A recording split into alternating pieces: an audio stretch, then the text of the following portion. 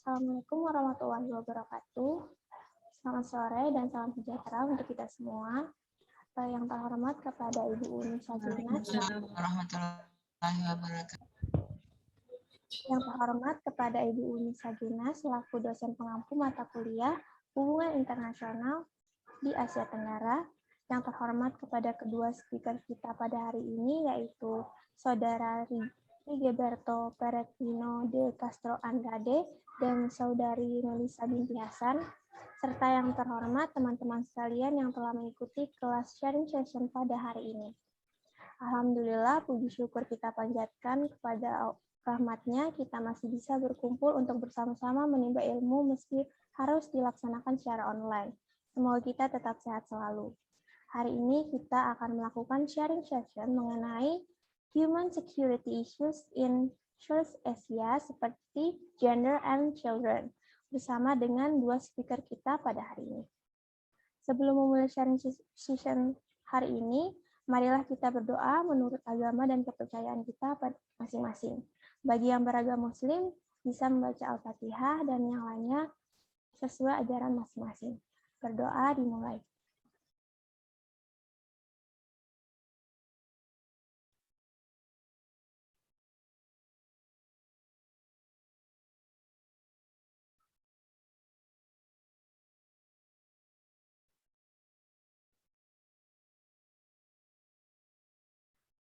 Berdoa selesai. Selanjutnya yaitu sesi sharing session yang akan dipandu oleh Alisa Dialiana dan Amir Rais selaku moderator kita pada hari ini. Kepada Alisa Dialiana dan Amir Rais, waktu dan layar saya persilahkan.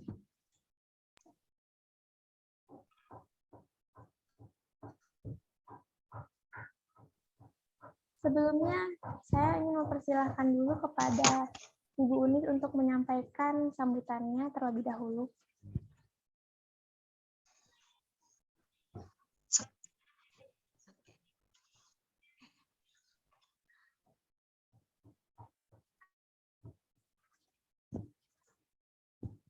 Say welcome to Melisa Binti Hassan and Rigoberto peregrino de Castro andrade. I'm sorry for if I mention your name is Rigo. I just call you Rigo, okay? Welcome to our class sharing session. Just enjoy the session and hopefully maybe next time we can continue with another events like this. And Melisa, I would like to introduce Melisa is one of the alumni of the International Relations Department in Warman University. So she is kakak kelas kalian. Ya. Tapi mereka ini muda-muda pun cantik-cantik. Yes, they are cantik-cantik. Cantik-cantik ya, Rigo? My students is cantik-cantik, Rigo. Agree. Mereka cantik-cantik. Yes. One important information about Melisa and Rigo, they are still single and available, guys. Oh. So you can have a little chat with them after this class.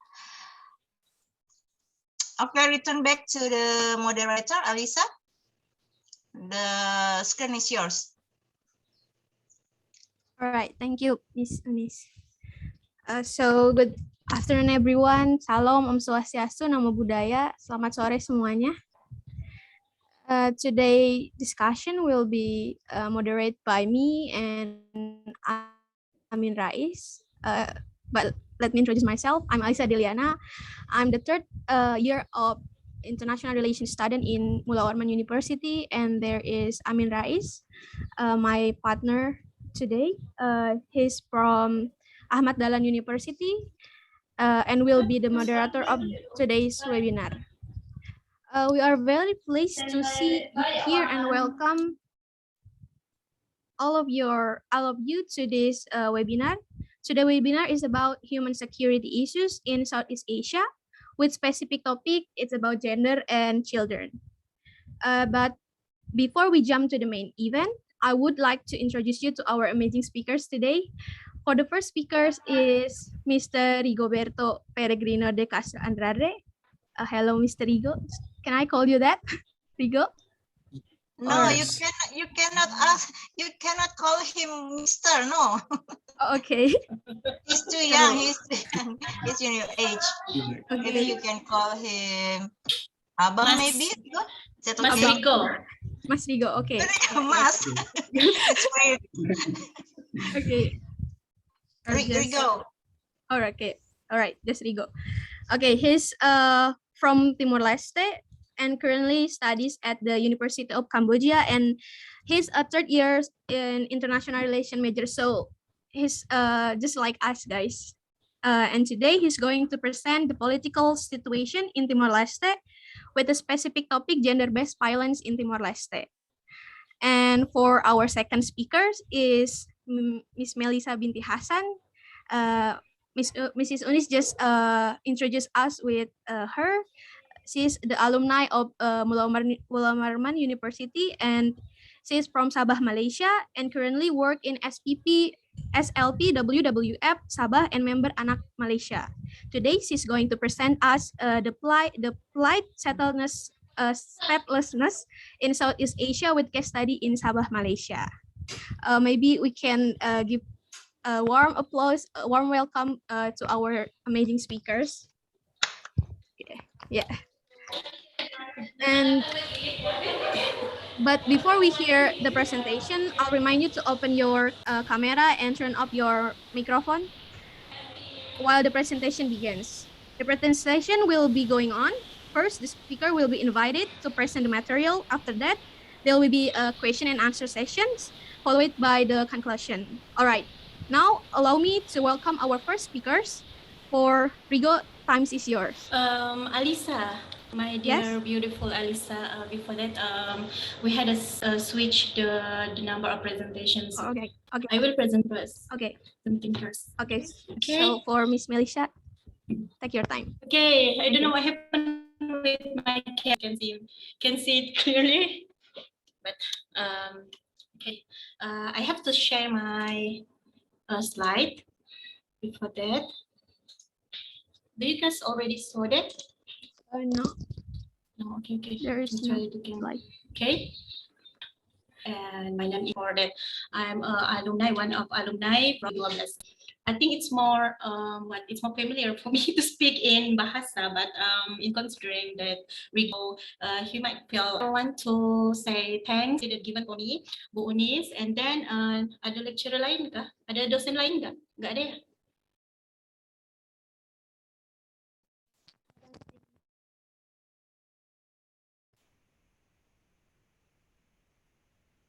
There's And then Plights of Statelessness in Southeast Asia. In Malaysia, it's called nasib, or Indonesia, it's called, I already translated, it's called nasib buruk bagi anak-anak yang tidak berwarga negara, gitu, di Southeast Asia, but my focus is Malaysia, Sabah, Malaysia. Before that, I want to introduce myself as a member of ANAK, Advocates for Non-Discrimination and Access for Knowledge, which is our focus is about a service included paralegal aid and advice on the civil registrations, raising awareness on an issue regarding statelessness, immigrations, and non-documentations on research. Our vision is, you guys can see my slide, right? It's clear. A world where every child enjoys fulfillment of their rights, and our mission is to achieve a world where the most vulnerable children and their family achieve equal opportunity. Okay, let's move to our main focus. Okay, having citizenship status is the right of human beings in survival. There is need for enjoying the absolute right inherent in every individual since he was born. It's called its human rights. By becoming a resident of country, every individual get the guarantee of security, justice, welfare, freedom, and order given by the states to all its citizens. It's clearly show the right to get recognitions as a residence in a country is very important because it's becoming a legal bond between the two. Pengakuan kewarganegaraan juga dibahas dalam hukum internasional, yaitu Universal Declarations of Human Rights 1985. Pasal 2 menyebutkan hak bagi setiap orang atas kewarganegaraan dan tidak ada seorang pun yang dapat dicabut kewarganegaraannya secara sewenang-wenang dan ditolak haknya untuk mengubah kewarganegaraannya. In another convention to the relating of stateless person 1954, Convention on the Reductions of Statelessness 109,061, International Conventions on the Civil Political Rights 109,066, Pasal 24 ayat 3, it says that every child has the right to acquire nationality. Conventions on the Right of Child is 1989, Pasal 7. The child has the right to the name of a birth and to acquire nationality. Although there are already international regulations that guarantee the rights of received status recognitions for each individuals, according to United Nations High Commissioner for Refugees (UNHCR) in Indonesia, masih terdapat sekitar 12.000 orang tidak memiliki kewarganegaraan di seluruh dunia. Let's see what is the meaning of the status itself. The international legal definitions of stateless person is a person who is not considered as any states under the operations of its law. In simple terms, that means that stateless person does not have a nationality of any country. Some people are born stateless, but others become stateless. Or in Indonesia, stateless person itu adalah orang-orang yang tidak memiliki kewarganegaraan atau bisa diartikan sebagai seseorang yang tidak dianggap sebagai warga negara oleh negara manapun berdasarkan hukum nasionalnya. A stateless person is an individual who does not have a document or identity caused by various problems, such as someone born in a country does not consider recognized in the community, conflict, and laws that occur in the country. Marriage law in the country, territorial boundaries, and the administrative practice in the lack of birth registrations. In the absence of regulations through self-identity, stateless people are denied by right basic such as education, health services, living place, not having access to work, not owning property, cannot legally marry, cannot register the birth of children, to work, and also a place to live and stay. Right now, I'm moving to the stateless phenomenon in this world. As you can see, benua Amerika merupakan benua yang paling terendah tingkat statelessnya, yaitu sebanyak 110.032 jiwa. Hal ini dikarenakan kebijakan oleh kebanyakan negara di benua ini yang menerapkan sistem jus soli, yaitu pemberian kewarganegaraan saat lahir untuk anak yang lahir di wilayah tersebut.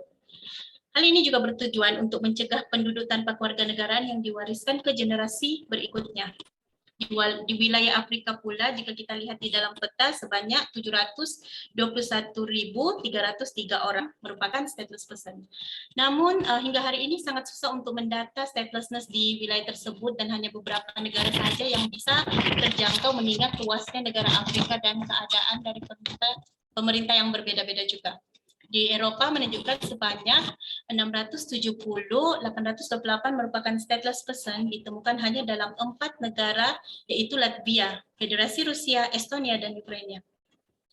Asia Pasifik merupakan wilayah yang dilaporkan tertinggi tingkat stateless berbanding kawasan lainnya, yaitu sebanyak 1.422.850 orang. Faktor yang menyebabkan tingginya angka statelessness berbeda-beda di setiap kawasan. Contohnya di Myanmar. Ya, kalau Myanmar kita sudah tahu kan, dia merupakan negara dengan tingkat stateless tertinggi di dunia. Pemerintah Myanmar menolak dan menganiaya dan melakukan pembantaian terhadap etnis Rohingya. Thailand menduduki urutan ketiga di dunia dengan urutan kedua tertinggi di Asia Tenggara. Hal ini karena tidak adanya pengakuan dari pemerintah Thailand terhadap suku pergunungan yang tinggal di wilayah utara. Sementara itu, wilayah Asia Tengah, runtuhnya Uni Soviet menyebabkan adanya masyarakat stateless karena kesulitan dalam praktek administrasi di negara pecahannya seperti Kyrgyzstan dan Uzbekistan. Selain itu, di kawasan Asia Selatan, faktor histori, pola migrasi kontemporer, kolonisasi, proses dekolonisasi, identitas nasional setelah kemerdekaan, isu administratif, diskriminasi etnik, bahasa, bangsa, dan gender. Oke, sekarang kita fokus di wilayah Asia Tenggara. Malaysia merupakan negara ketiga tertinggi tingkat statelessness dan merupakan negara ke-12 tertinggi tingkat stateless di dunia. Saya telah meng-highlightkan 20 negara dengan tingkat stateless yang tertinggi di dunia, dan kalau kita bisa melihat ada 4 negara di Asia Tenggara yang menduduki carta dalam 20 negara tertinggi stateless itu, yaitu Myanmar, Thailand, Brunei, dan Malaysia. Hal ini jelas membuktikan bahwa stateless menjadi permasalahan krusial di Asia Tenggara. Okay, now we move to stateless in Malaysia. The high cases of stateless in Malaysia caused by migrations or residence by neighbor country, strict citizens law, Malaysia returned to ratify International Convention on Stateless Party in a different states of contributor to stateless society, and the absence of national law and clear rules of governing status.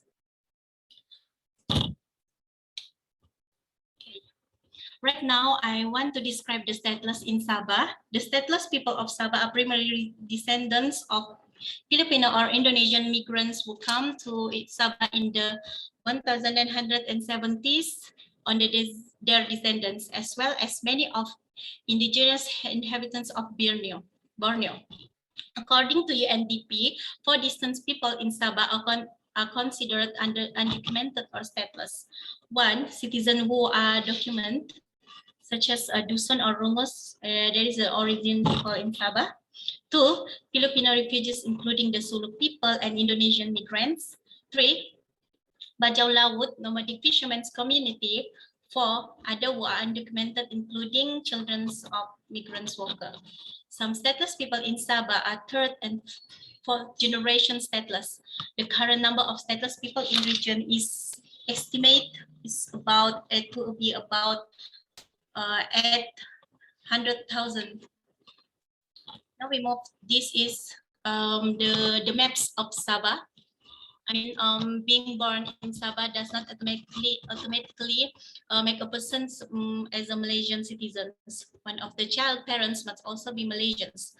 But even if one parent in Malaysia without the right papers to prove it, the child is left stateless. And so are his or her children.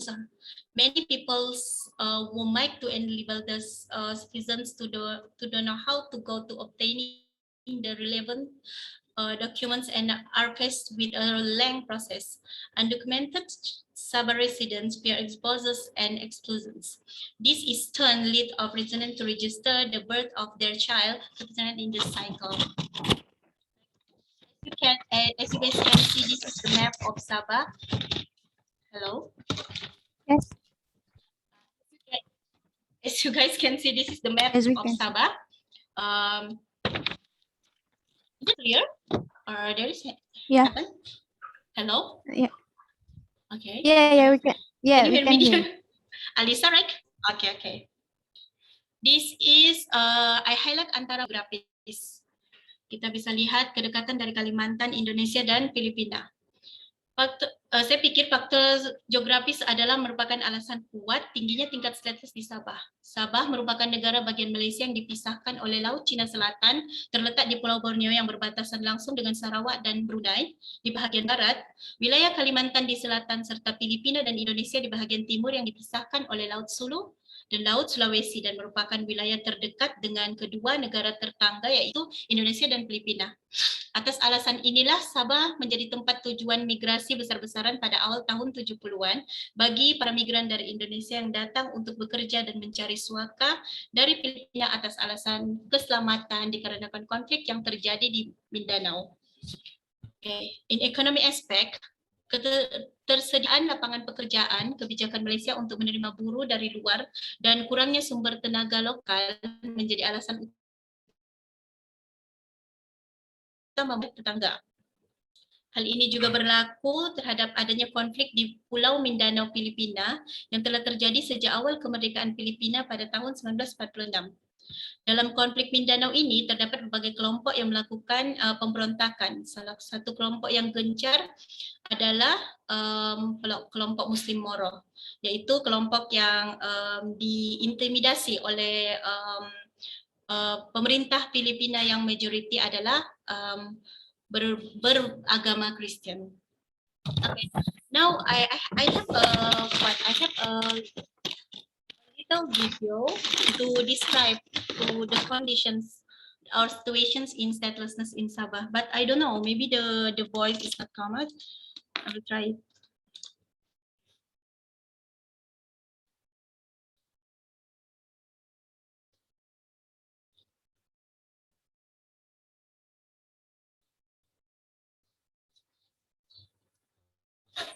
Have you guys heard the sound?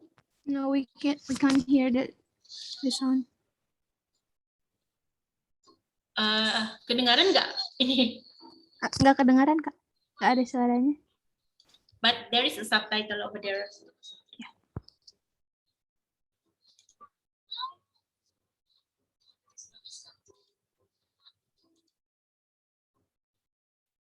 The conditions that happen in status in Sabah.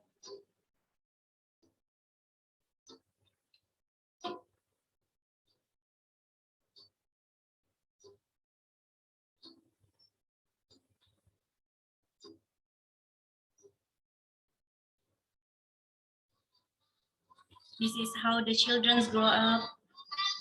Didn't have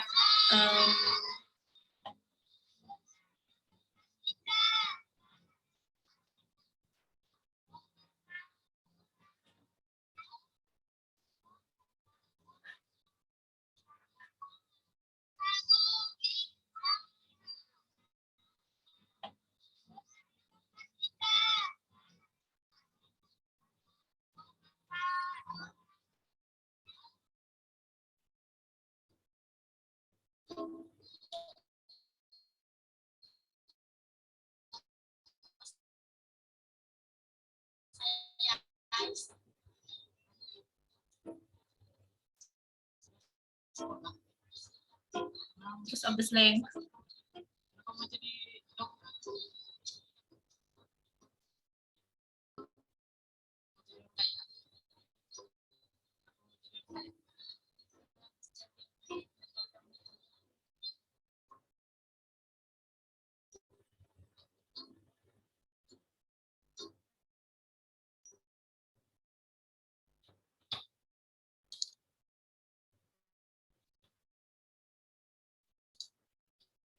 Okay, this is, I want to share what our organization do during this COVID-19 hit.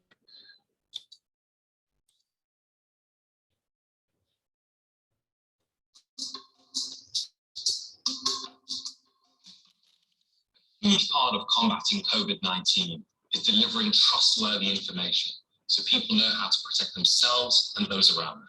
This is especially hard in the sort of conflict-affected areas which H.D. works in. The conflict in the southern Philippines was one of Asia's bloodiest wars. Over the past decades, hundreds of thousands of people have fled violence and economic collapse to nearby Sabah.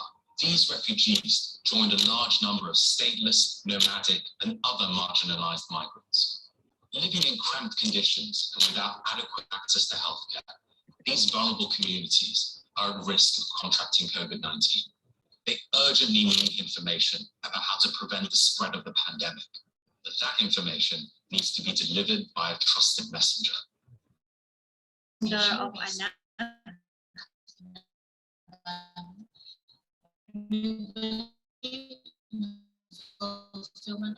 At the start of the pandemic, we were worried that the virus would spread among the migrant communities and that they would not know where to seek help. So we started using social media to spread relevant messages to them. When HJ first learned about ANAK government's work, we saw a real opportunity to amplify it and make sure it was reaching the maximum possible number of the marginalized migrant communities. Since we started this partnership, we have produced materials that is needed for people to stop the spread of the pandemic. This included social distancing measures, signs of COVID, and also the importance of testing. These materials were produced in the 7 languages that the migrant community uses. We learned that in many communities, soap was not readily available. So after seeking expert advice, we made a short video about how to wash your hands without soap, and this turned out to be one of our most popular videos. Social media allows us to direct public health messages at particular audiences. So throughout the campaign, we've directed the most important public health messages at communities in their native language. This maximizes the impact of our work while minimizing the space for misinformation. Since we started this campaign, our public health materials have reached more than 300,000 people, and our videos have been viewed more than 100,000 times. We are now integrating our online campaign with our offline food distribution. What we started supporting in Sabah, we're now doing around the world, from Nigeria to Yemen, is social media for good in conflict-affected areas. And so once this crisis subsides, we're going to be putting that knowledge to use for dialogue and peace processes around the world.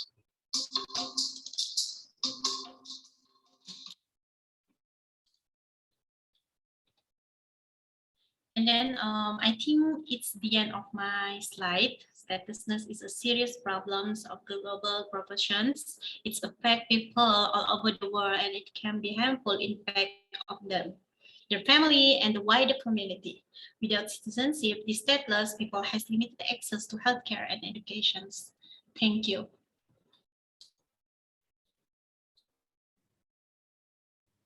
Thank you so much for the presentation. What a interesting and heartbreaking at the same time to see this, how the condition of the statelessness person that we see in the videos, and hopefully with the organization that Ms. Melisa has introduced us about the ANAK organization and other organization will be help them, the statelessness person. Thank you so much for Ms. Melisa for the sharing and the information that you give to us. And we'll be here the other presentation from our second speaker. For Rigo, time is yours.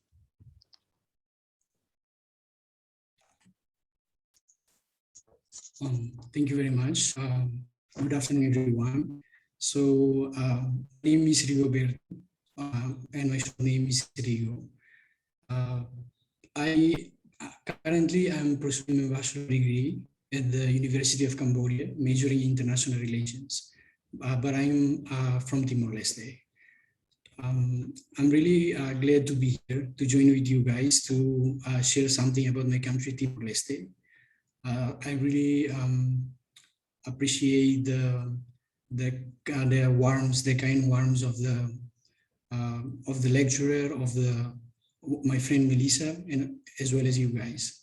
So now I would like to start the presentation.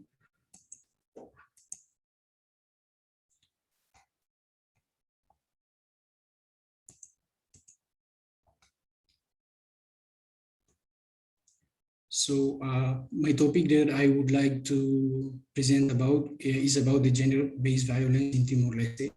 So let's get started. Before I present about the gender-based violence in Timor-Leste, first of all, I would like to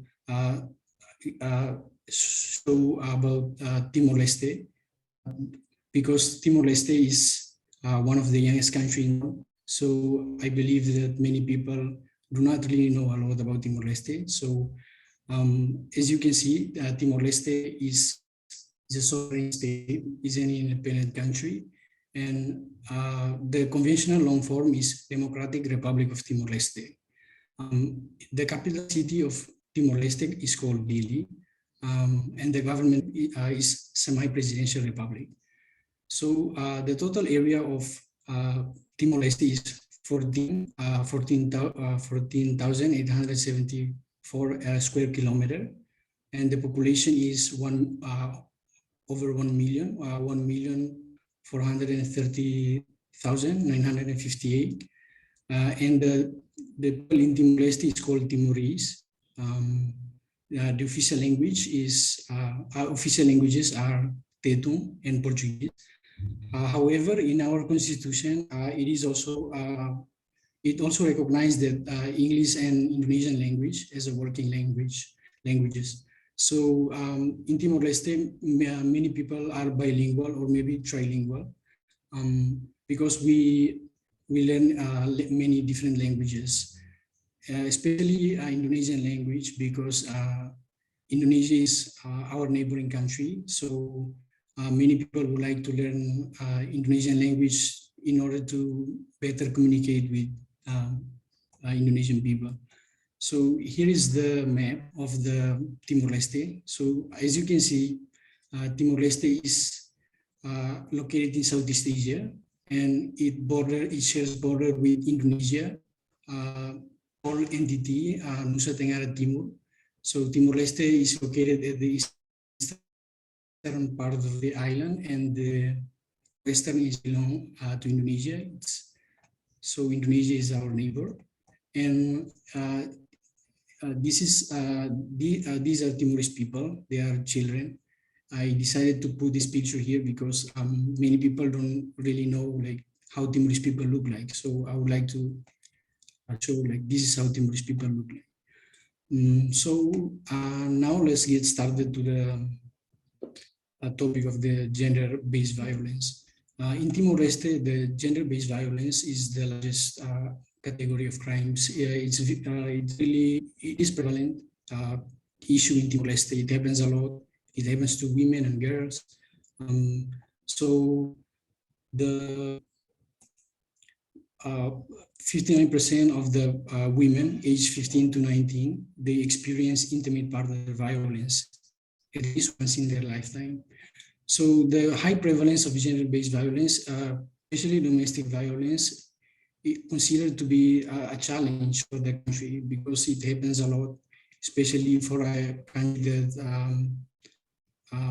especially for one of the youngest country in the world. Not only it is extent of the gender-based violence a serious concern, but also a severity of the violence. Timorese women continue to experience high levels of violence despite ratification of the Convention on the Elimination of Discrimination Against Women in 2003 and the legislation, which aims to protect women from gender-based violence. So basically, in Timor-Leste, we have laws, and we also have convention that we already ratified regarding the protection for women and girls. However, the violence still happen. Women and girls still face this problem, this issue. So this is one of the major concerns in Timor-Leste. So now we have to like dive deeper a bit. Like we have to understand what are the factors that play the role in the high levels of violence against women and girls. Here are some of the factors. Like the first one is regarding the patriarchy or patriarchal society, because in Timor-Leste, many people still have this kind of beliefs, indigenous beliefs, like they believe that men are more superior than women. So many times, violence sometimes happen to women due to this kind of beliefs. And another reason is also because of the cultural practices, such as barlage payments or dowry. So before marriage in Timor-Leste, before marriage, the groom pays the dowry to the bride's family. So we still practice this, and many after the marriage, they believe that the husband believes that he's superior to the women, and sometimes he can commit violence and so on. So this is also one of the reasons. And another reason is about poverty and social exclusion of women. So women, they do not really actively involved in social activities due to the economic dependence of women on men. So financially, women are more dependent on men. So this is also one of the reasons why the violence, gender-based violence, happen in my country, Timor-Leste. And also one of the reasons is about culture of impunity and family and community pressure to keep issues of abuse within the family for the sake of family dignity and reputation. So sometimes violence happen in a family, the family or the community pressure the women or the girls like not to speak out for the sake of dignity and reputation. And the last one, which is about the rural to urban drift, male youth unemployment, increasing alcohol abuse. So this is very often happen, like especially the increase of the alcohol abuse. So like it's very common for men to drink alcohol, and when they drink alcohol, sometimes they can commit violence to women and girls, especially in the family. So these are the factors that play a role in the high levels of violence against women and girls in Timor-Leste. So now let's move on to the next part, which is about the government national action plan. So Timor-Leste adopted its first national action plan, or AP, in 2016 for the period of 2016 to 2020. It's 4 years. So the objectives are developed. Those objectives are developed to align with the primary pillars of women, peace, security, in order to boost the participation of women, the prevention of gender-based violence, protection of women and girls, and peace building. So the NAP, the National Action Plan, they include concrete actions in order to improve laws, policies, programs, in order to enhance women's active and their participation in all the aspects, all the different aspects of peace and state building. And the Ministry of Interior is the ministry that is responsible for the overall leadership and to implement the Timor-Leste National Action Program. Civil society organizations also support in terms of implementation and monitoring of National Action Plan on the UNSCR activities and advocate resource allocation and implementation of the plan, and also develop reporting on progress that already achieved. So back in 2017, one of the National Action Plan against gender-based violence was launched.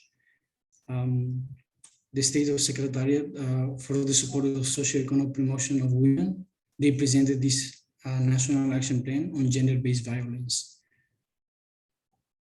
So under this National Action Plan on gender-based violence, the government of Timor-Leste, they have taken the primary responsibility in order to prevent violence against women and children and also girls, to ensure that victims have access to essential support services. In case when the victims face the violence, they can report it to the relevant institutions and get the kind of support that they need. So Timor-Leste also has incorporated the protection of women's rights in all of its legislation, especially the Criminal Code of 2009, which categorizes domestic violence as public crime. So the domestic violence is considered as public crime. The Penal Code penalizes those abuses and include violence and sexual abuse within the family and other forms of gender-based violence, such as exploitation and human trafficking. So the law against domestic violence, it was enacted in 2010 in the first National Action Plan on gender-based violence, and it was approved by the Council of Ministers in 2012.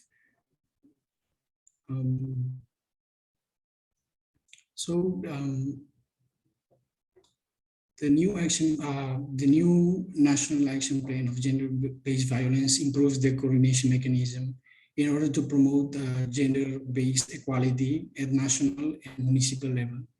So the plan consists of national and international legal standards and frameworks.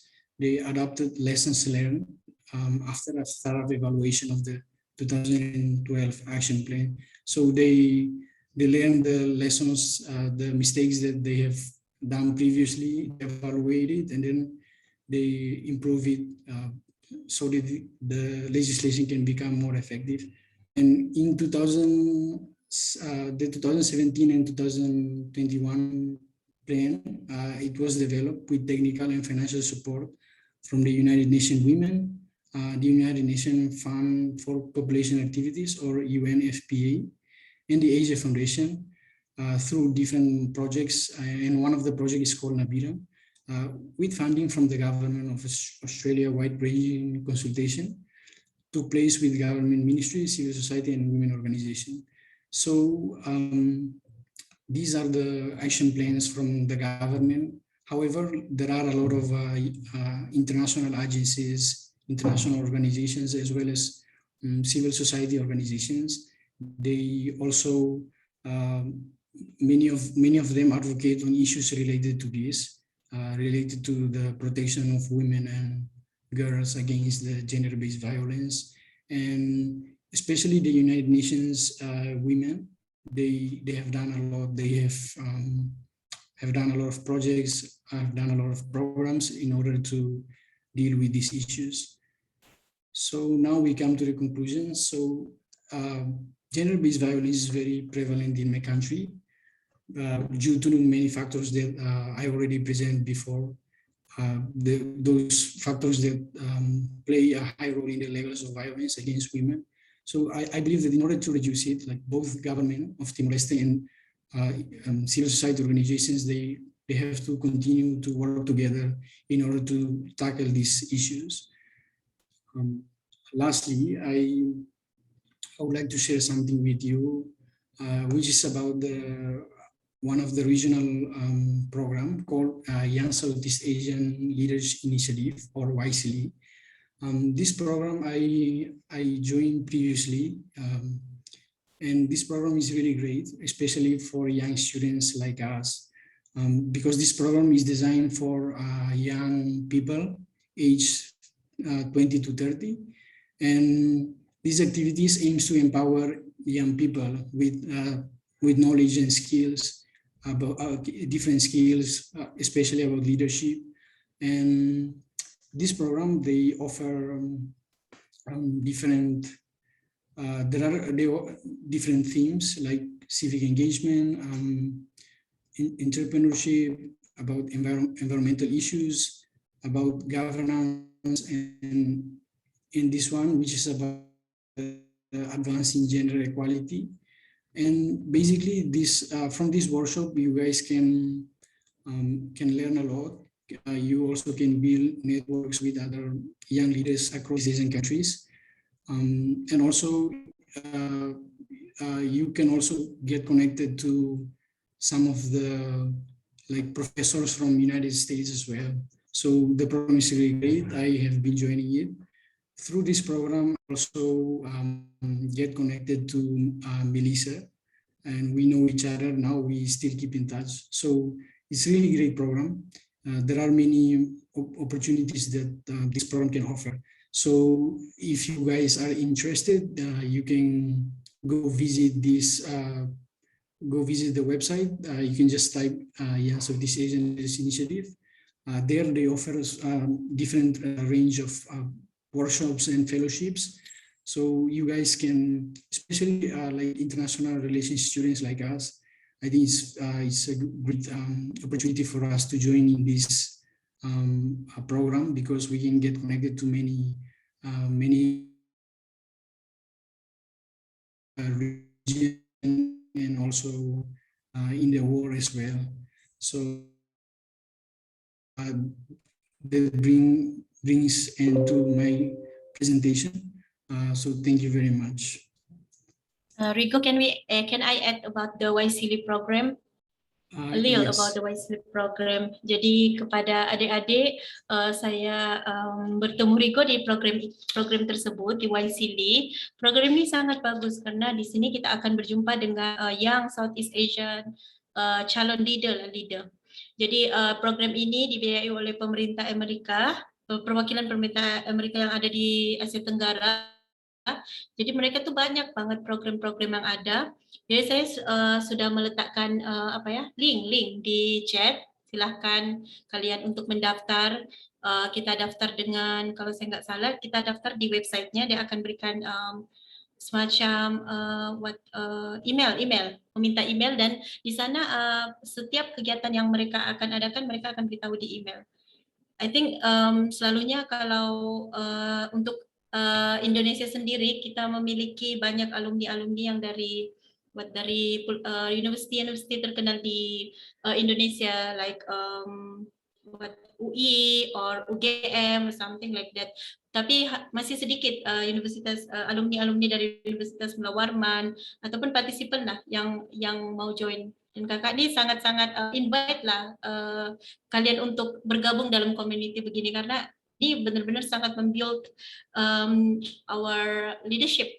Dan dalam program ini juga semuanya berbayar ya, Rigo? Is it free, Rigo? Yes. They will give you a ticket. If you've been chosen as a participant, they will give you a ticket. They will give you a accommodation. They will give you a fee, and you just kalian tuh hanya datang aja gitu. It's really good. Sangat melatih bahasa Inggris kita tuh kayak lebih confident gitu nah dengan isu-isu yang ada di Asia Tenggara. Okay, that's all for me.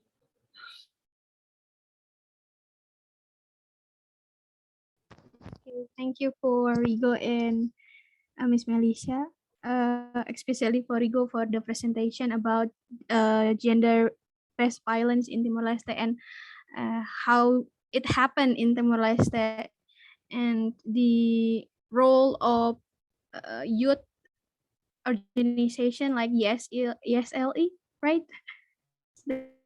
That Yes, wisely. Oh, wisely, yeah, wisely, that could reform this kind of issues and problem with the youth generation, new generation. Okay, thank you again for Rigo. And that's it, the presentation, and we are jump into the question and answer session. And I will give this time to Amin. So for Amin, time is yours. Okay, thank you so much, Alisa. And I will guide you in this last section. It is about Q&A. Before that, I want to ask, can you hear my voice? Yes. Yes. Okay, thank you so much. All right then. Okay. As Alisa mentioned before, it's time to Q&A. If you have any questions, you can write down your question on chat, or just click feature raise hand, and yes, just click feature raise hand. All right. Okay, let's start now.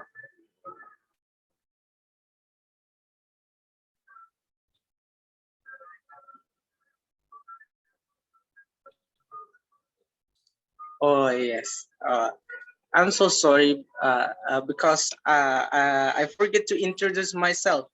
All right. Okay, I'm Amin Rais. I'm from West Nusa Tenggara Barat. It's close to NTT and yeah, a bit neighborhood of Timor-Leste. And I'm fourth English literature from University of Ahmad Dahlan, and now in University of Mula Warman, I'm studying exchange that was created by our Minister of Education. Okay. Okay, let's we begin our Q&A. Is there any question? Or before that, I want to, while we are waiting the Q&A, yes, there is one. And while we are waiting the question, I want to ask the bro Rigoberto. This still in my I'm still curious about the implementation of the government policy, like how to against the gender-based violence. Is there a program?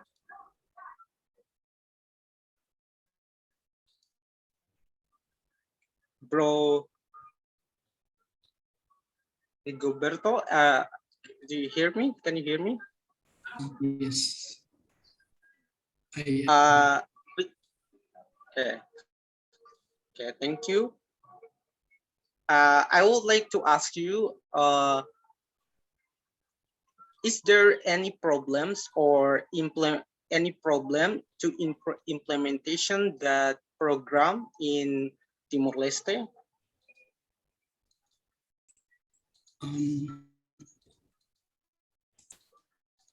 I mean, or some or men against the rules, or still did no progress with the policy that against the gender-based violence. Is there is there any problem in that implementation? Yeah, thank you for the question, Ami. So yeah, with regards to your question is about the implementation of the action plan.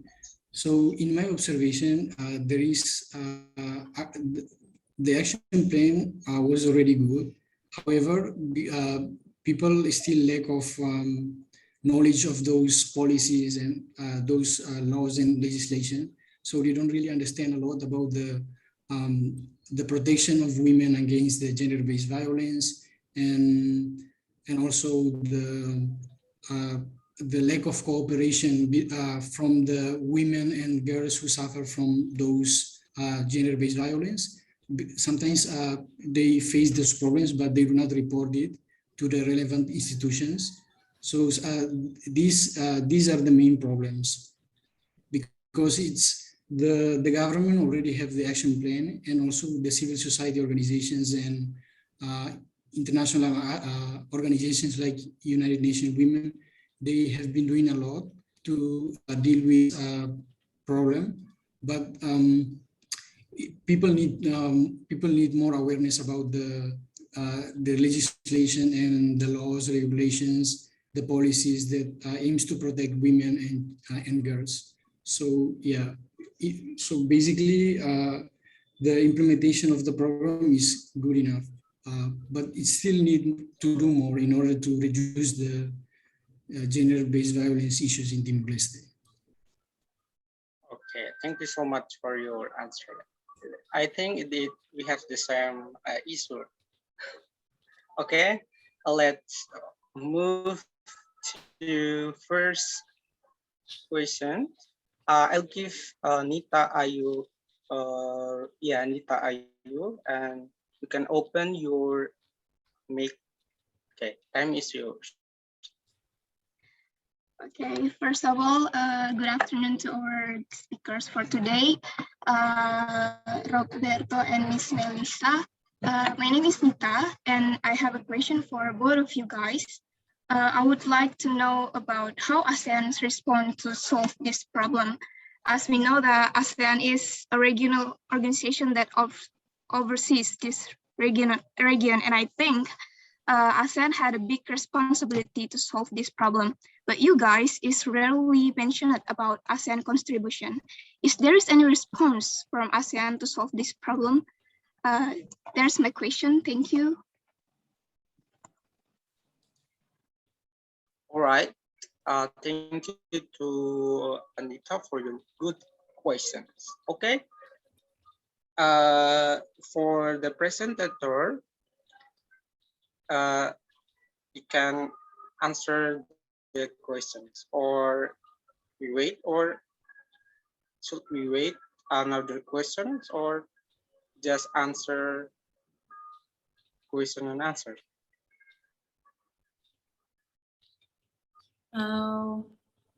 Hello? Yes. Do you hear me? Is it Yes. clear? Clear, very clear. I think ASEAN is too busy with the statelessness problem, because as you see at my slide, there is 4 negara di Asia Tenggara dengan tingkat status yang tertinggi gitu kan di dunia. Jadi, but I do believe that every ASEAN forum, especially in case in statelessness in Sabah, there are kerjasama regional yang dilakukan oleh pemerintah Malaysia, Indonesia dengan Filipina. Pemerintah Malaysia efforts the develops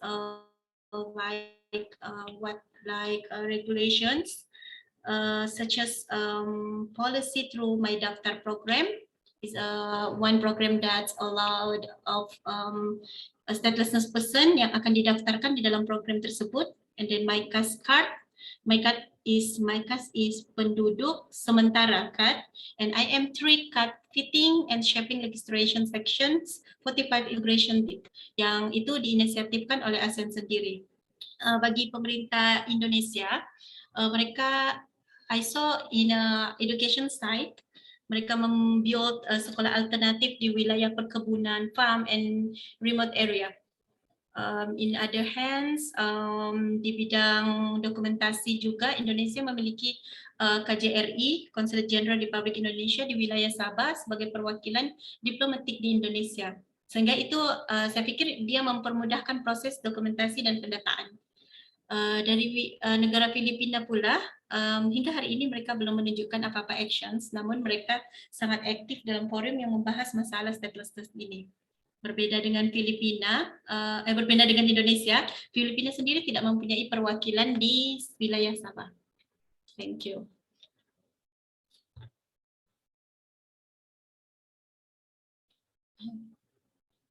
All right, thank you for Sister. Okay, thank you for the answer. And how about Bro Rigoberto? To you, and any answer of that? Yes. So I think the question is more on the ASEAN. So as you might be aware, Timor Leste hasn't become a member of ASEAN yet. So any cooperation mostly between the countries that are member of the ASEAN. So Timor Leste hasn't been able to become the member of ASEAN. So yeah, I think this is not really. I think the question is related to my presentation, but more on Melisa presentation about the statelessness. Thank you. Okay, thank you. It means there is no response on ASEAN authority because Timor Leste don't join, or Timor Leste has not become a member of ASEAN yet. Oh, yes, because that is clear, right? Is there any response of Anita for this case, for this answer? I think that's clear. That's enough. Thank you very much. Thank you so much. Okay, I forgot to read some rules about. In session 1 we have gathered only three questions, and if we have time, we will open next section. Okay, let's move to second questions. Zahira Safa, you can open your mic. Okay, time is yours. Hello, is it clear? Yeah, it's clear. All right. Let me introduce myself. My name is Zahira Safa, and I want to ask to Rigo about, is there any achievement that the civil society organization you presented before on reducing gender-based violence in Timor-Leste? And for Ms. Melisa, is there also achievement that the ANAK organization about reducing the problem of the statelessness in Sabah, Malaysia? Thank you. Right, to presenter, you can answer. Siapa tadi tuh yang tanya? Zahira. Zahira. Yes. Thank you for I think it's a good questions about these ANAK organizations. Well, actually, I'm a new member of ANAK. Before that, I'm in Indonesia, and then setelah 2 tahun, I'm back here, and then I joined that's organizations that dari ANAK sendiri kita memiliki macam department. Kebetulan saya under case management. Jadi dalam case management itu kita collect case, masalah-masalah yang ada bagi stateless person. But I need to underline that this is the very small organizations that untuk saat ini memang sangat-sangat limited lah yang bisa kita gabungkan di dalam grup tersebut. Jadi kita melihat ada beberapa anak yang lack of documentations, tapi kita nampak potensi dia sebab parents dia one of them adalah warga negara, jadi kita akan coba bantu dari segi dokumentasi. Dalam under my case, dalam baru dua case yang telah kita bantu dan beliau sekarang sudah menjadi warga negara Malaysia. Bagi another case lain during this COVID-19, kita banyak memberikan semacam apa? Kalau di Indonesia it's called sembako ya. Kita banyak melakukan macam pemberian sembako kepada masyarakat stateless, masyarakat yang kurang mampu during this MCO.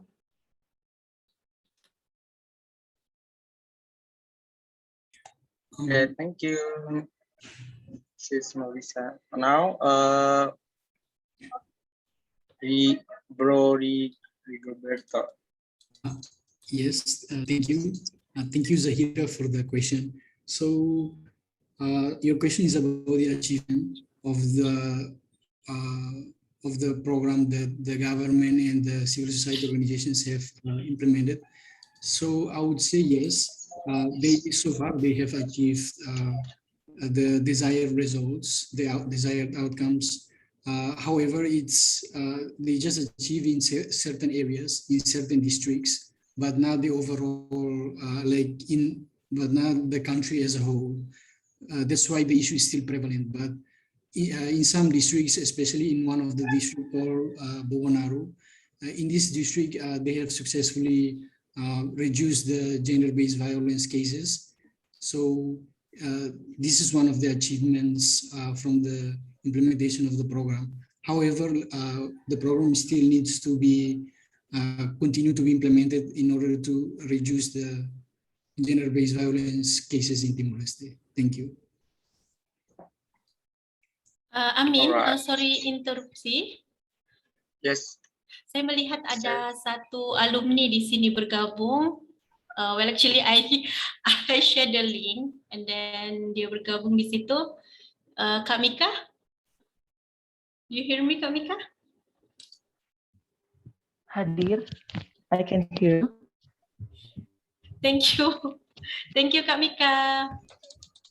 Thank you for joining our class, our study sessions. Okay, and thank you for inviting me to join this Zoom meeting. Yes.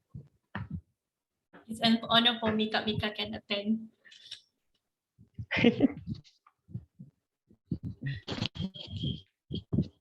Okay, right Is it okay if then. I have a question? Wow. Oh, of course, you can. Okay. But First, okay. Okay, first salam dan hormat untuk salah satu dosen terbaik saya, Mrs. Unisagina. Dan teman-teman semuanya, I have a question, especially for first speaker and second speaker, for Miss Melisa. Yeah, saya. I have two questions for you. First, what efforts have been taken and done by the government of the countries involved, such as Philippines, India, and Malaysia, dealing with these issues? I mean, stateless issues. The effort. And the first and second question is, could you tell us what's an obstacles as an NGO in Malaysia to dealing these stateless issues there? Oh, our struggle, do you think our obstacle? Yes. Thank you, Kamika, for Mr. Thank you so much. And for Mr. Rigoberto.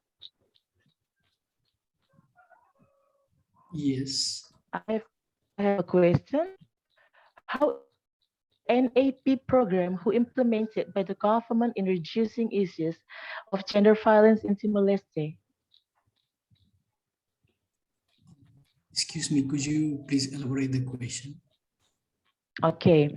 How effective the NAP program who implemented by the government in reducing issues of gender violence in Timor-Leste? All right, thank you. Okay, thank you so much for the. No, before that, Kamika. Okay, thank you so much for Mika. Okay, that's all my question, and thank you so much for giving to me the opportunity. Thank you for Ms. Rais, and for all of you guys. Right, thank you so much. I so enjoyed this meeting. Yes. Thank you, Kamika. And I give this question to Sis Melisa. Okay, I think time is yours. Yes. I think I already answered the effort that done by Malaysian government and Indonesia. Should I repeat it again? Malaysia, Indonesia, and Philippines. Yes. Right? All right. So, never mind. The Mika, I will repeat it again. Malaysian efforts, they already done in dealing with the people without citizenships in Sabah. The effort made by Malaysian government is making policy through My Daftar program. I said before that they're combined or they collect or they call all the stateless person and they record it on My Daftar program. It's by the application, it's called My Daftar. And then they also have My Kas card. It's Malaysian identity for penduduk sementara.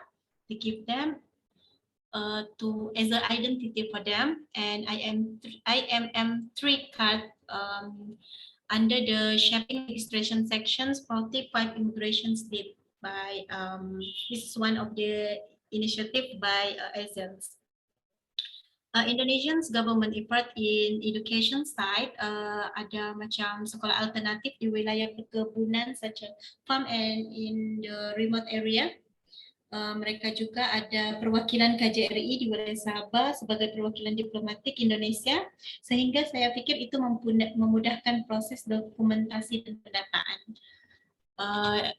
Kalau bagi Filipina sendiri, mereka tidak memiliki perwakilan di Sabah. And well, actually they just active in the forum, but we didn't see that they have real actions like Indonesia, like they are build a school or something like that.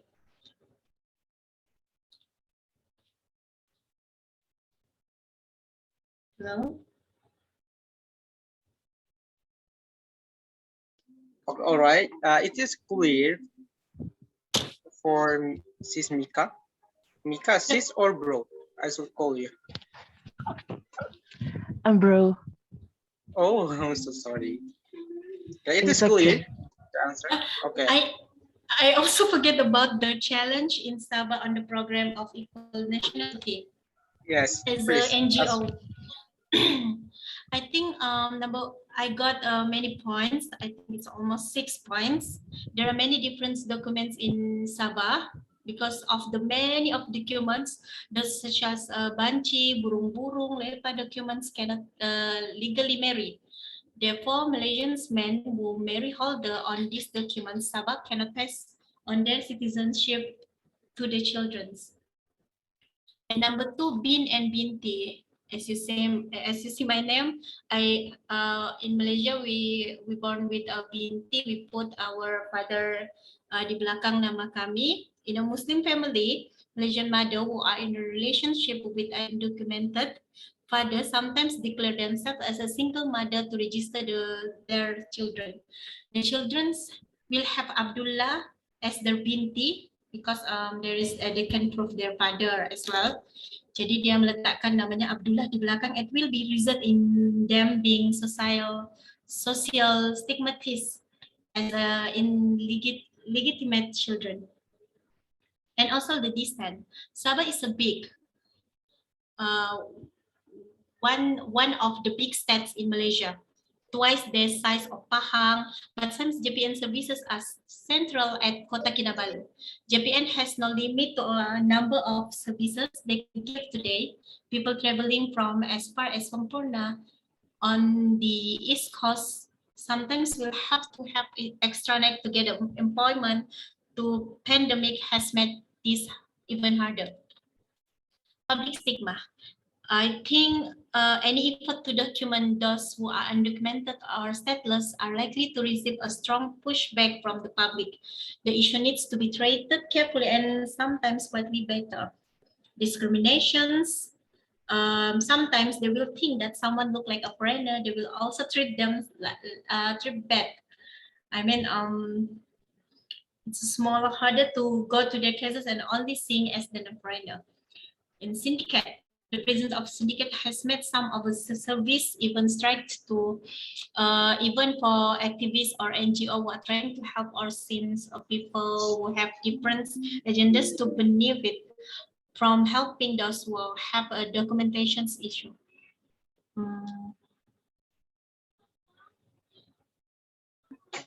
All right, thank you for Sis Melisa. And this next questions come from the answer will be okay. This question from Bro Mika, that how for Rigoberto, how efficient the program that give by government for the society itself. I think yes. Time. Okay. Thank you for the question. Yes, with regards to the effectiveness of the program that was implemented by the government, initially the program, the action plan that the government enacted, that program initially that wasn't really effective because that was the first program and the gender-based violence cases is still high and still happen many times. So recently, the government they improved the policies and the policies of the program itself. They work together with some of the international organizations like United Nations Women. They have been improving a lot, and they now it seems to show positive results. The program achieved the desired results, desired outcomes. But yes, the program is still, overall it is effective, but it still needs to be improved in order to improve the efficiency as well. Thank you. All right. For Bro Mika, is there clear for you or any response of it? I have some response because Mr. Rigoberto already showed me about the NAP program implemented by government, but the gender violence in Timor-Leste is still continuing right now. The question is, any specific regulation from Timor-Leste government? Okay. Okay, you can respond directly. Yes, the government, the parliament, they also enacted some laws and legislation that protects women and protects girls from the gender-based violence. We also ratified the convention on protection of women as well. So basically, we have those laws, but still people still commit those violence against women and girls. So this is something that the government wants to raise awareness about the gender equality, things like that, in order to reduce the gender-based violence cases. But we do have laws, we do have legislations on the protection of women and girls. Yes, that's all. Right. That's good.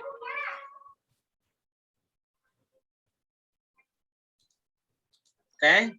And I hope this answer will be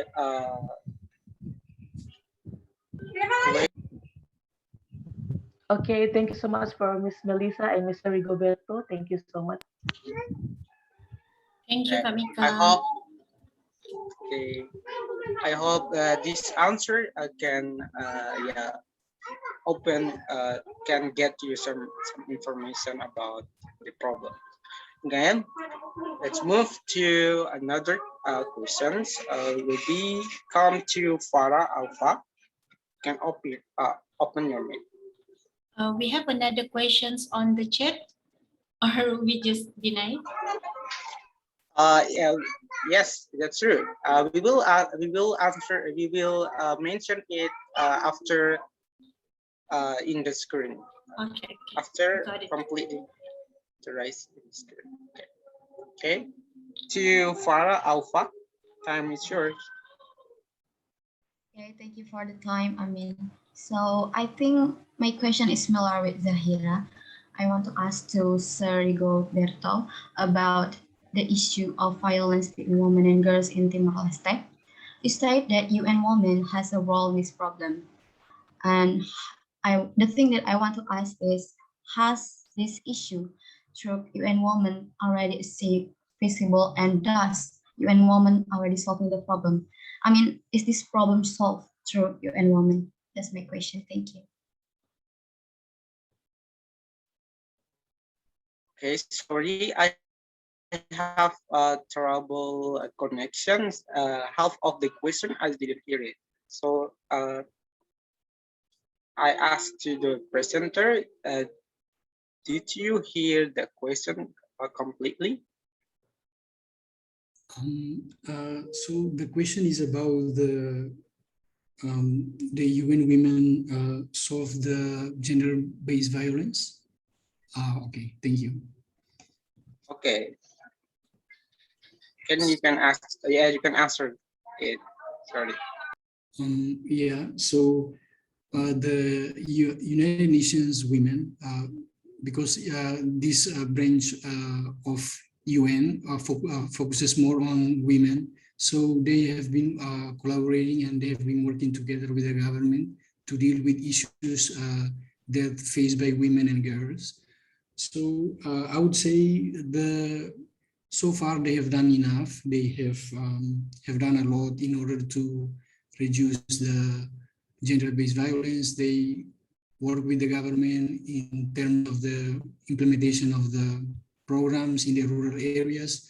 However, as in my presentation, I say that the prevalence of the gender-based violence is still high, is still common in Timor-Leste. But yeah, the UN Women, they have done a lot. They have worked together with the government to deal, to solve the issues related to gender-based violence. Yeah, thank you.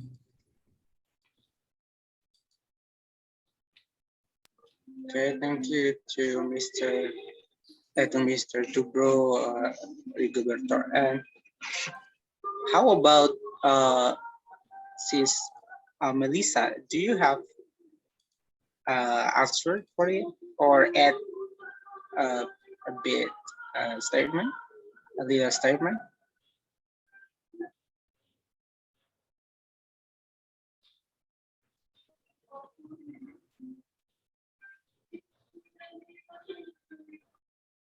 Hello guys, can you hear me?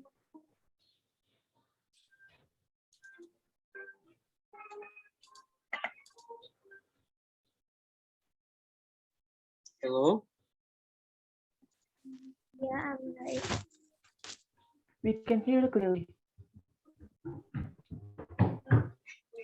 Can you hear me? Yes, we can hear you, Amin. Okay, thank you. And for Farah, it is clear answer for you. It is enough. Yes, I think it's enough for me. Thank you so much. Okay, thank you for Rigoberto for the answer. Okay, let's move to next questions. There will be questions by Oxinwell Pandaitan. Okay, you can open your mic and speak tell us your questions to us. Okay, thank you. Firstly, my name is Oxinwell Pandaitan and my friend always call me Noel. I have the question for our speaker. My first question is for Mbak Melisa. As we know that so much people who have the stateless status in this world, but even the children. But I want to asking about how the children reaction when they know they didn't have like a mainland for getting the rights, like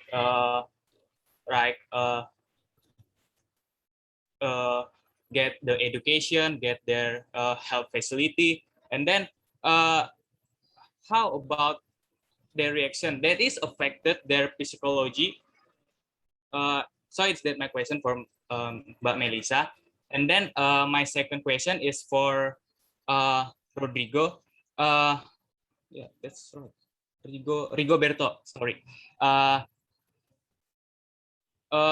Before in your slide that you mentioned that the one of the factor who push the violence against the woman is youth male unemployment and increasing alcohol abuse. So I didn't understand about the relation the male youth unemployment and increasing the alcohol abuse to for being a factors to push a violence against the woman. So is my question. Thank you. Okay, thank you to Oxinwell. Okay. Okay. The question will be answered by Sis Melisa for first questions. Thank you to Oxinel, isn't it? Yeah, that's right. Thank you for Oxinel. I think it's a good questions. Thank you for asking. You know, the children's that like I said in my first slide that every child that's born in this world should be stick by any rights, human rights, like to offer that human right, you must have an identity card. That's a guarantee by the states to have security, justice, freedom, welfare, and order. But to person, I mean the stateless baby, they just born with the confusing. Most of them just go to school, but they are denied, or they just go to hospital, they are denied, and then just confusing. In Sabah case, many of them want to go back to like because most of them from their parents illegally come to Malaysia from Indonesia and Philippines, right? So mau pulang pergi Indonesia pun sudah tak ada keluarga di sana. Jadi dia mau pulang pergi Filipina tak ada keluarga di sana. Jadi sebab mereka sudah bertahun-tahun di sini, mereka lahir di sini. Jadi bahasa dorang pun dan budaya dorang pun yang mereka kekalkan itu adalah budaya orang Sabah.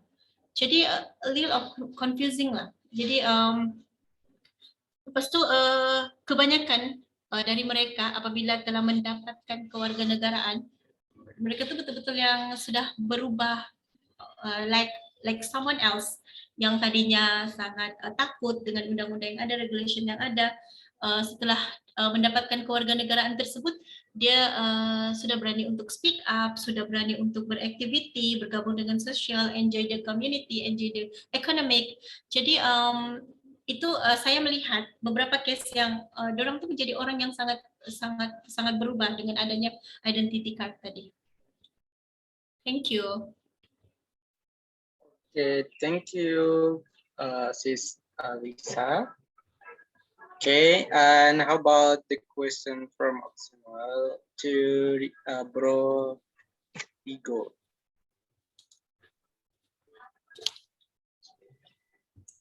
Yeah, thank you for the question, Bro Oxenwell. Yes, in my presentation, I mentioned one of the points, which is about male youth unemployment and increasing alcohol abuse. So yeah, in Timor-Leste, the male youth unemployment and increasing of alcohol abuse is also happen. So the youth, the young people that are unemployed, especially when they already have a family, they already become a father, they already become a husband, and they don't have any employment, they are jobless. So they don't have any work to do. So sometimes they just get involved in like alcohol drinking and alcohol abuse. And after they get drunk, they can sometimes commit violence to their wives and their daughters and like this. So this is the reason why I put this factor as one of the factors that contributes to the gender-based violence, because when they are unemployed, they have nothing to do, and they drink alcohol with their friends, and then when they come back home, and then commit violence to the wife and commit violence to their daughters. So yeah, this is why I include this also in my presentation slide. Yeah, thank you. Okay, thank you to Bro Rigo for the answer. And I do agree with that alcohol can make based on gender violence itself. And now how about the answer, Oxenwell? Yeah, Is enough for you? Firstly, for Mbak Melisa, so time by time that is not affect their psychology for the children, but there is to push their more confidence, to push to more to brave, to giving their voice to the people around there to get their like the identity. It sounds like that. I think being a stateless all affected the psychology, and then you don't feel like you dare to dreams because you become a stateless person. In Malaysia, there is a regulations that someone stateless or they didn't have any identity, they will kena tangkap oleh polisi, even sih in Indonesia, they will kena tangkap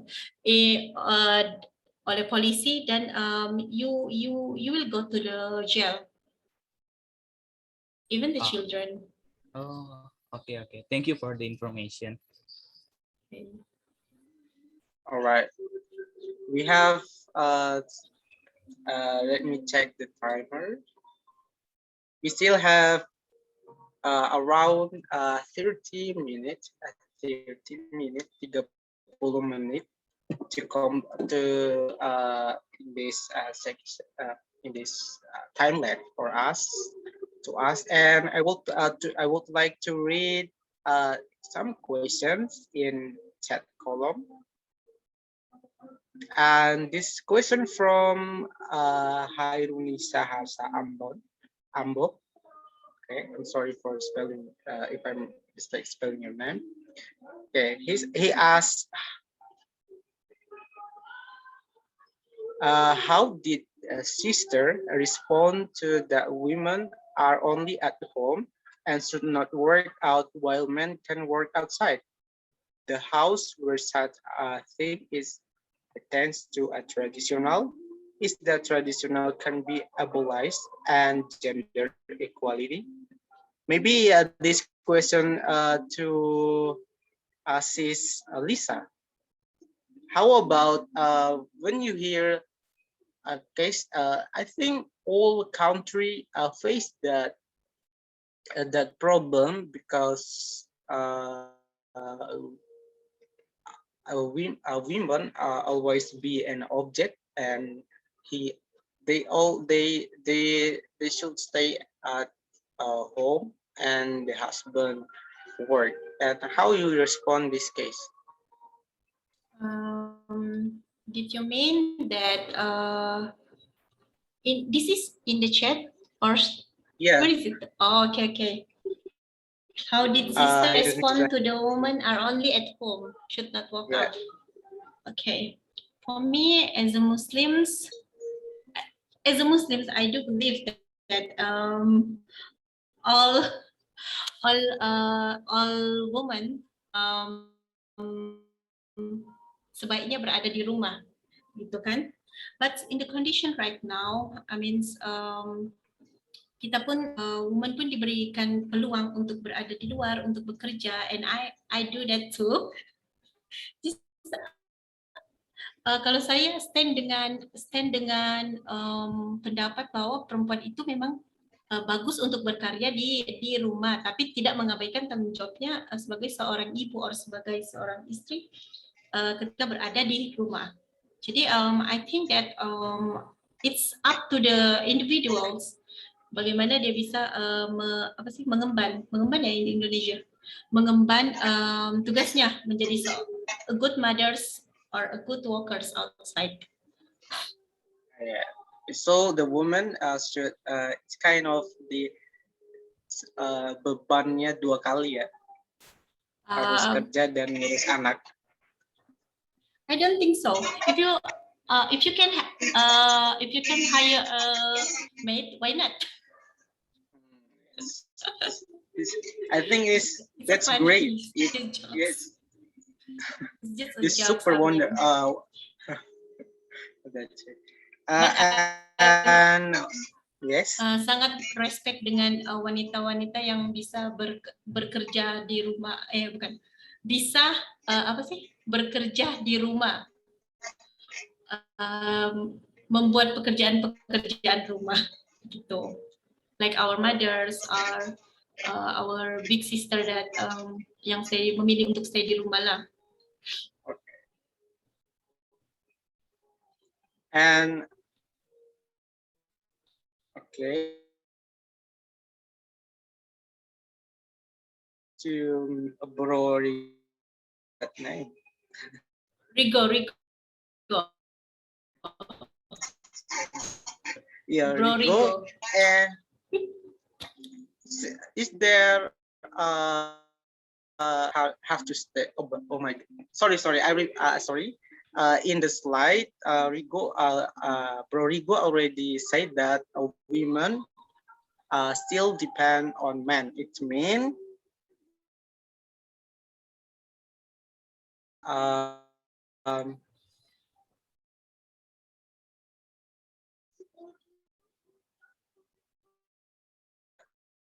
women depends on men. And how about to respond this case?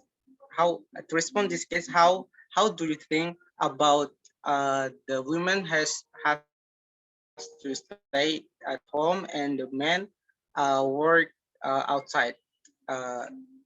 This is question for Bro Rigo. How do you respond this case? Yeah, thank you for the question. So with regards to this question, I think it's like how to respond to it. It's difficult because this has something to do with traditional values. Because like especially in rural areas, people believe that women should just stay at home and do the housework, and the husband or the man can go to work to make a living.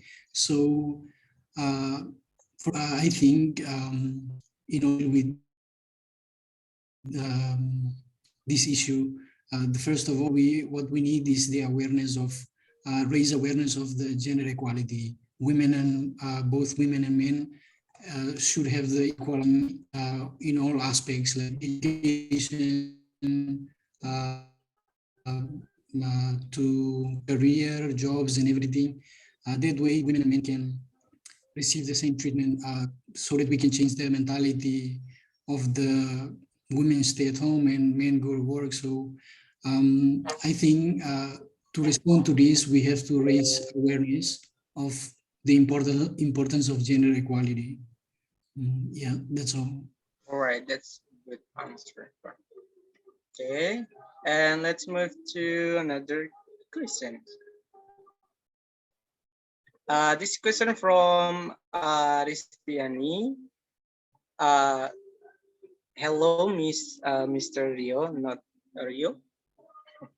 This bro, Roberto, as noted earlier, the government of Timor-Leste has taken up their primary responsibility for preventing violence against women and children, and ensuring that victims have access to essential support service. Even Timor-Leste has included the protection of women's rights in all of its laws, particularly the 2009 Criminal Code, which categorized domestic violence. Wow, this is so many questions. So I'm point to the main question. I want to ask, according to Bro Rigoberto, is this effective or not? If not, what action are effective according? These questions proposed in the few point of view of Bro Rigoberto itself. How do you have any solution of your of the base gender violence? Sorry. Yeah. So yeah, thank you for the question. So in my perspectives, I think this is an issue that is not easy to solve. I think it requires the collaboration of everyone, the government, the civil society organizations, even the people, because there are a lot of factors that contributes to the gender-based violence, like I mentioned about the cultural practices, the traditional beliefs, and everything about unemployment. So those factors, in order to solve those issues, we have to identify the root causes. So the root causes are, we can see the belief that, like, personally, I think raising awareness is one. Raising awareness of the gender equality. I think this is something that we have to do. We have to do regularly. We have to do in every part of the country in order to raise awareness of the gender equality, so that parents can. Hello. Yeah. Hello. Right. I do agree with that, and I think all country face that problem, even in my village, my hometown too. But I hope this gender equal will be implementation in the future. And how so? Okay, and the next questions, it is from Helma Piravanti. His questions, I think it's this for Sis Lisa. And in the column 10, she said it has been mentioned that one of the reason of the high number of the stateless persons in Malaysia, stateless person, yeah, is the appetite of stateless contributing countries. What is the form of appetite from the stateless contribution countries which complement effort to Africa? Oh my God, sorry, I need some help to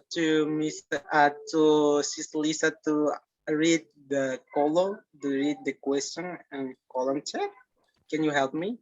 I think I got Sis, I got it I got the questions, but I think need to make a double confirm to the yang penanya ni siapa sih, Helma Piranti?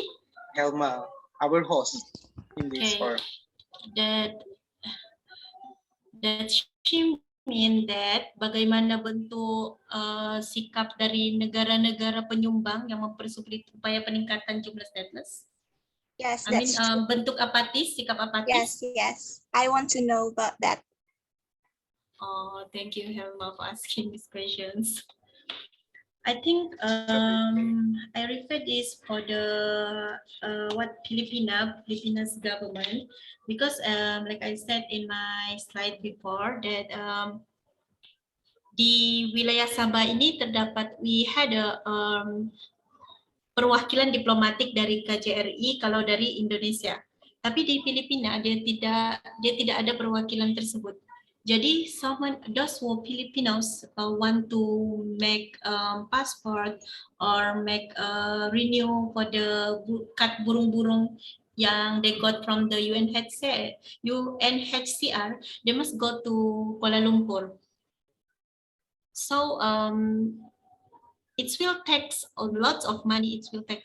They will spend a lot of effort to go to Kuala Lumpur. So kebanyakan dari mereka ini tidak memiliki uang yang banyak.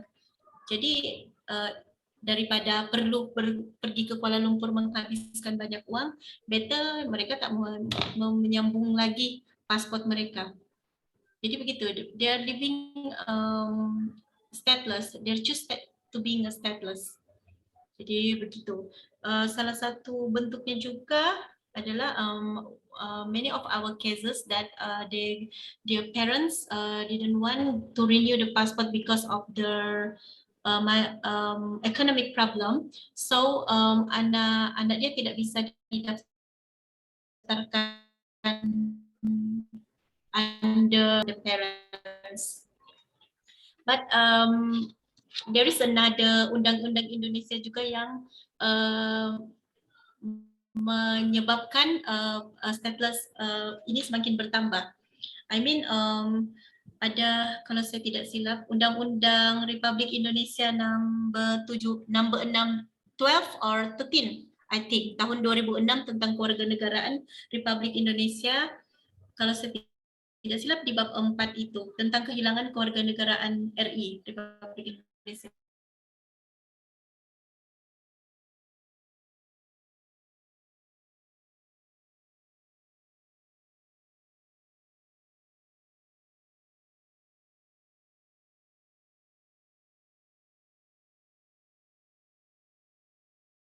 Jadi warga negara Malaysia sebelum jangka waktu tahun itu berakhir. Dan setiap 5 tahun berikutnya yang bersangkutan tidak mengajukan penyertaan ingin tetap menjadi warga negara Indonesia kepada perwakilan Republik.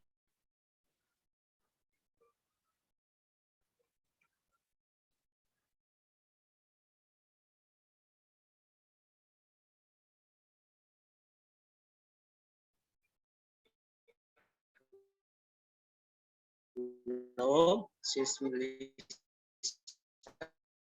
Hello guys, hear me? I think she's lost. Oh, he's lost. Yeah, she's out from the room. Okay, while we are waiting, waiting, Sis Lisa, and I think we should open next sections Q&A. Do you guys have any questions?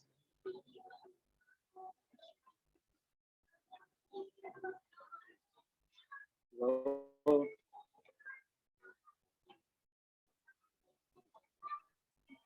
Sorry, saya terkeluar dari connection bed. Yes.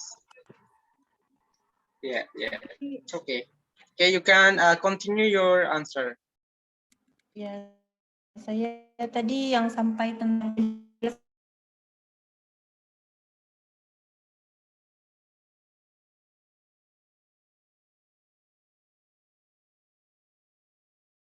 sedangkan kebanyakan daripada ya stateless person yang parents mereka yang masuk ke wilayah Malaysia itu illegal.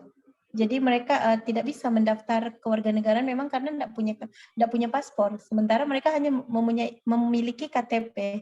Kalau di KTP kan, kalau di sini kan KTP tidak bisa berlaku ya, walaupun kamu ke perwakilan Indonesia yang ada di sini. Jadi tetap juga akibat dari illegal migrant itu tadi melahirkan anak-anak yang stateless, dan anak-anak yang stateless itu tadi apabila berkahwin dengan sesama stateless dia akan melahirkan generation yang stateless juga.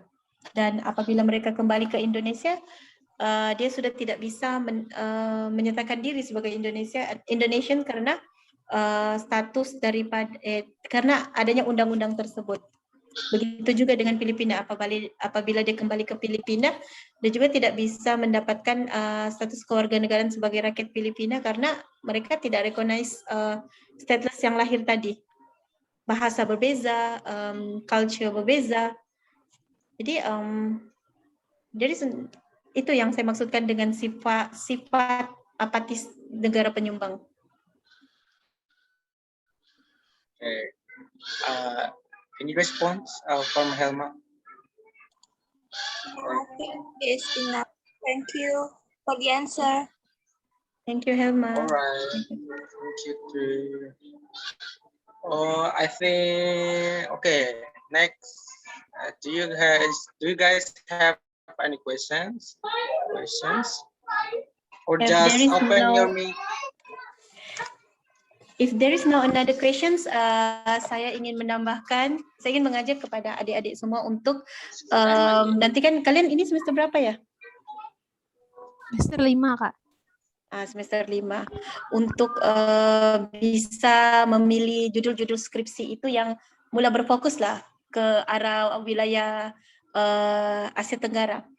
Karena based on my experience, kebetulan saya mengangkat topik upaya pemerintah Malaysia dalam menangani pendidikan tanpa kewarganegaraan stateless di penelitian akhir saya di skripsi, dan saya merasa saya mendapat banyak pengalaman dan dapat banyak kelebihan karena dengan adanya skripsi yang saya tulis ini, saya bisa bergabung dengan NGO yang bisa saya dapat advantage karena ilmunya itu saya sudah tahu duluan, terus data-datanya saya bisa dapat secara bisa bilang sumber pertama lah. Jadi saya rasa kalau bagi kalian yang berminat untuk membahas tentang topik-topik mengenai Asia Tenggara, inilah saatnya untuk mula melihat-lihat kembali. Banyak kok topik-topik Asia Tenggara yang belum kita angkat sebagai sarjana HI, itu banyak banget.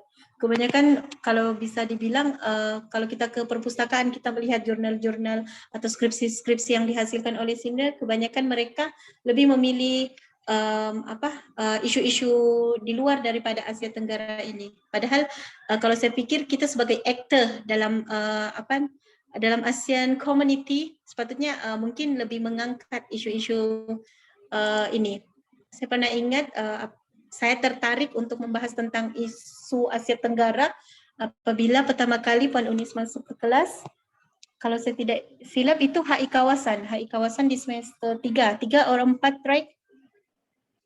Jadi beliau banyak membuka kita punya visions or sights or cakrawala, berpikir tuh lebih realistik, because kebanyakan banyak lagi isu-isu Asia Tenggara tuh yang belum diangkat, terus banyak lagi teori-teori HI yang belum dikupas dalam penulisan skripsi, dan di situ saya mulai tertarik, saya mencari isu-isu yang bisa saya angkat, dan saya ketemulah isu stateless ini, dan saya harap juga adik-adik mahasiswa, kawan-kawan mahasiswa yang lain juga dapat menggunakan kesempatan ini, like Rigo presents. I think it's one of the interesting issue happen in Southeast Asia.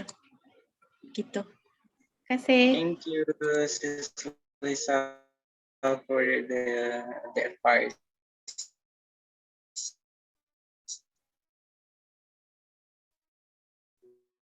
Okay, I hope I will give the forum to Lisa, Delian, etc.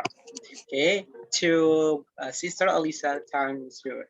I give the forum for you. Thank you so much for me, and I'm sorry, my my grammar is broken, and I'm sincerely apologize if I have a mistake of it. Thank you. No, I mean, I think you did the great job. You Thank are you so amazing. much. Okay, Alisa. Keep practicing, and then I think you don't realize, wow, you improve it. So much. Thank you to Amin and our two amazing speakers today that give us a lot of information and a lot of courage to be aware with our situation in Southeast Asia, like the statelessness in Southeast Asia. I just realized that, there is a lot of stateless in Southeast Asia that living now. I just realized today, yes, this time, and there is a responsibility that make me realize to help the stateless person and the victim of the gender-based violence, and there are a lot of ways that we can do to help these people for them to gain their human rights and to get them access to the education and freedom.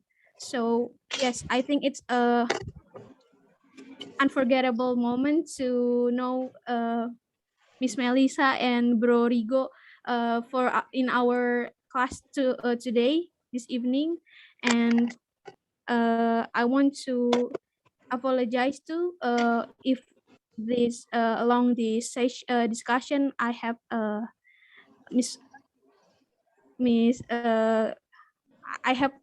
I have a mistake in delivering the moderation.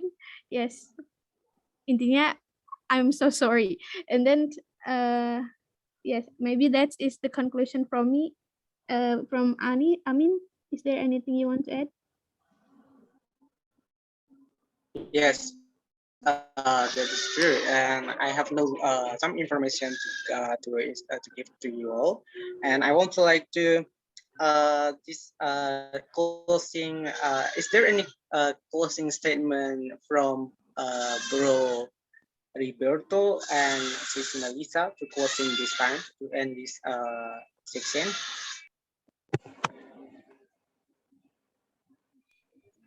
I give first to Bro Rigo, maybe. It's okay, Sis Lisa. Or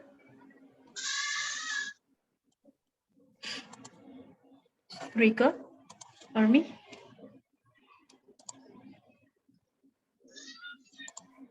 Rigo masih ada nggak di sini? Masih ya? Masih. I'm still here.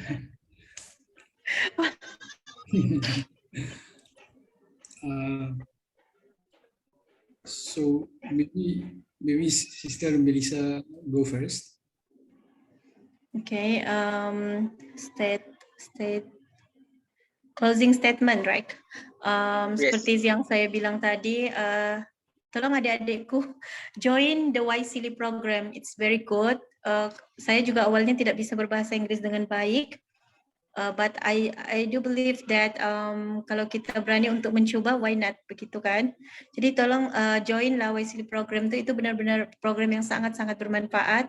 And then I invite you guys to untuk mengkaji lagi ilmu-ilmu HI yang berkaitan dengan isu-isu yang ada di sekitar Southeast Asia country. I mean, there is a lot like economic, political, peace, military, educational, social, cultural, and then intergovernmental organizations regional. There is a lot of topics. Sila gali, karena kalau misalkan kalian menggali isu-isu tersebut, kalian akan ketemu dengan region Asia, pemuda-pemuda Asia Tenggara yang ada di luar. Mereka tuh benar-benar yang haus dengan ilmu-ilmu internasional yang ada. Karena kalau bukan kita yang mengkaji ilmunya, siapa lagi gitu. Dan saya juga melihat sejak beberapa akhir-akhir ini dunia masyarakat internasional juga mulai tertarik dengan isu-isu yang ada di Southeast Asia. Isu-isu seperti terjadinya konflik di Laut Cina Selatan yang begitu-begitu tuh memang sangat lagi blow up sekarang. Jadi benar-benar lah kalau memang kalian tertarik, silalah mengkaji ilmu-ilmu yang HI yang ada di Southeast Asia. Okay, thank you, guys. Please note the advice. That is so important for us. Okay, next to Bro Rigo for your closing statement. Yeah, thank you. Thank you, moderator. So I feel I really appreciate it that I can be invited to join in your class to share something about Timor-Leste. Because Timor-Leste is it's one of the youngest countries, so it is important like for us to promote more about my country. So yeah, I totally agree with what Sister Melisa said, especially for us as international relations students. I think it's important for us to get involved more on the regional and international activities. Like previously I mentioned about YSILI, it's really great opportunity to join those programs. And they also offer a fellowship program. Like if you guys are selected for the program, you can go to United States to join those programs as well. So yeah, the program is really good. You can get connected to many young leaders across Southeast Asia. And yeah, I think it's like my advice is international relations students to my friends, like to all of you. Keep studying and find out what you are most interested in, and we can enhance our knowledge, our skills, get involved in activities, regional activities and international as well, like Model Housing Meeting or Model United Nations, things like this. I think that's really great because I also I've been joining some activities like YSILI with Melisa, and I join and I find it really good because we not only did we learn, but we also can get connected to, we can also have friends from other countries as well. So thank you very much guys for inviting me to join your class. I hope in the future we can meet in person or maybe virtually again in the future. Thank you. Okay, thank you so much. And I hope to that it come true in the future. Okay. All right. This is the end of me, and I give this screen to M.Si. Okay.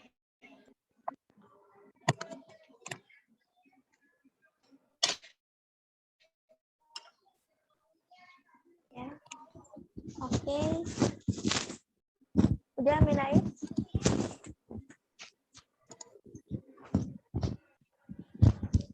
Halo?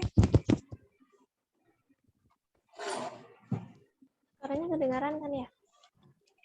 Kedengaran, Mahal. Kedengaran. Oke, thank you. Terima kasih kepada kedua moderator kita yang telah memandu sharing session hari ini. Semoga banyak ilmu yang bisa kita dapatkan. Selanjutnya yaitu penyerahan sertifikat kepada pemateri serta moderator kita pada hari ini.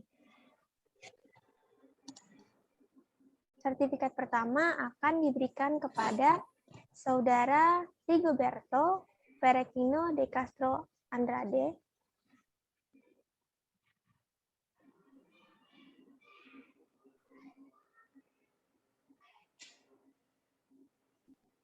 Oke. Penyerahan sertifikat kedua akan diberikan kepada Saudari Melisa Binti Hassan. Wah, itu tanda tangannya Bu Rahma ya? Iya, Kak. Really appreciate it, guys. Penyerahan sertifikat ketiga akan diberikan kepada Alisa Deliana.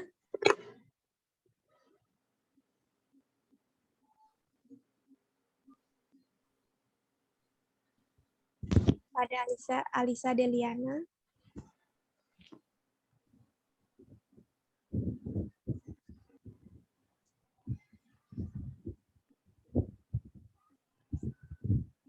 Sorry, ini susah banget sih kliknya. Oke, Bentar ya. nggak apa-apa, Alisa. Mungkin bisa langsung ke Amin Rais aja. Apa sih? Untuk sertifikat keempat diberikan kepada Amin Rais. Thank you. Oke, alhamdulillah kita telah menyelesaikan sharing session pada hari ini. Terima kasih banyak kepada speakers, moderator, serta peserta yang telah menyimak sharing session dari awal sampai akhir. Serta tak lupa kita ucapkan kepada Ibu Unis selaku dosen mata kuliah Hubungan Internasional di Asia Tenggara yang telah memberikan kita wadah untuk mendapatkan lebih banyak ilmu. Semoga banyaknya ilmu yang kita dapatkan dapat diaplikasikan dalam kehidupan sehari-hari. Sebelum menutup acara pada hari ini, mari kita memasuki sesi foto bersama atau dokumentasi terlebih dahulu. Kepada teman-teman sekalian, bisa tolong diaktifkan kameranya ya.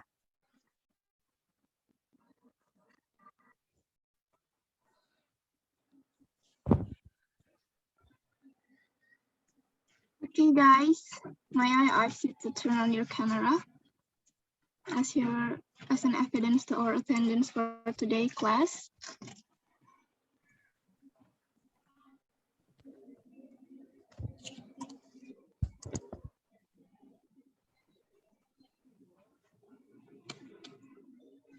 Okay, I will take a screenshot from slide 1.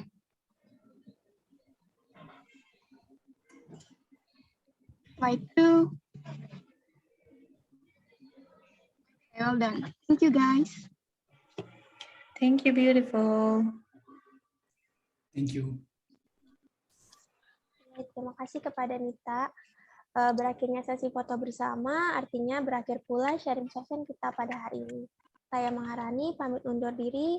Wabillahi taufiq wal hidayah. Wassalamualaikum warahmatullahi wabarakatuh. Waalaikumsalam warahmatullahi wabarakatuh. Thank you, guys. Thank you. Thank you, Alisa. Thank you, Amin. Thank you, Kak Melisa. Thank you, everyone.